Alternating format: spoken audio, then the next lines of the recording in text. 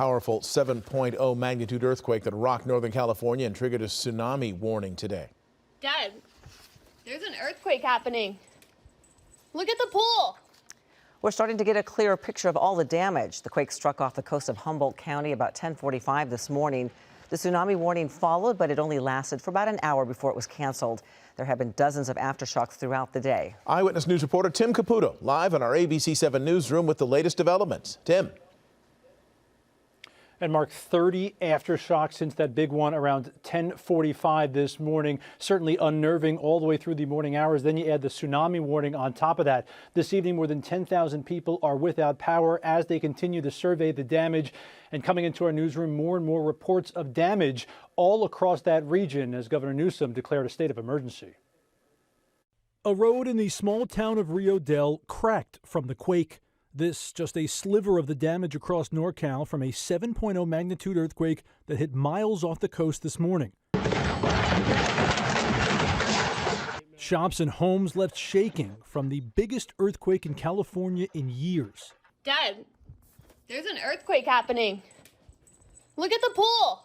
A literal wave pool in someone's yard, a jarring sight, but pales in comparison to the fear felt by many of a tsunami crushing the coast.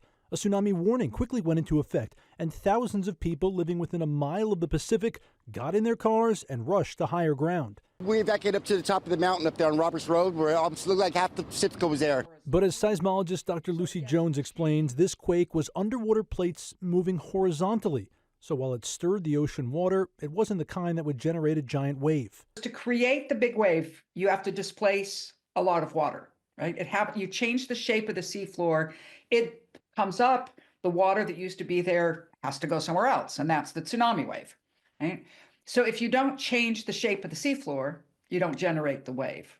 Governor Gavin Newsom was at the southern border with Mexico, where he was briefed and announced a state of emergency declaration shortly after the tsunami alert was lifted. It's another reminder of the state that we live in and the state of mind that we need to bring to our day-to-day reality here in the state of California in terms of being prepared for earthquakes. But early damage assessments are being made. Even with the quake miles off the coast, it was quickly detected, and more than 400,000 people got a shake alert warning in a matter of seconds. Once we actually pick up that earthquake, the processing time just takes like under a second to process that information and then to provide it to the people who are actually going to deliver the alerts.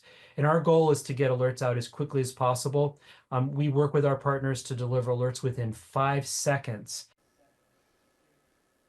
Interesting note on exactly where the epicenter was out in the Pacific Ocean. Dr. Jones says this is essentially where 3 tectonic plates meet. So it's a very active area when it comes to earthquakes. So she wasn't that surprised when a 7.0 came through. Still jarring and unnerving for all the folks who felt the shakes and all those aftershocks. She also said it does not mean there will be other big earthquakes in our immediate future and essentially has no impact on the San Andreas Fault.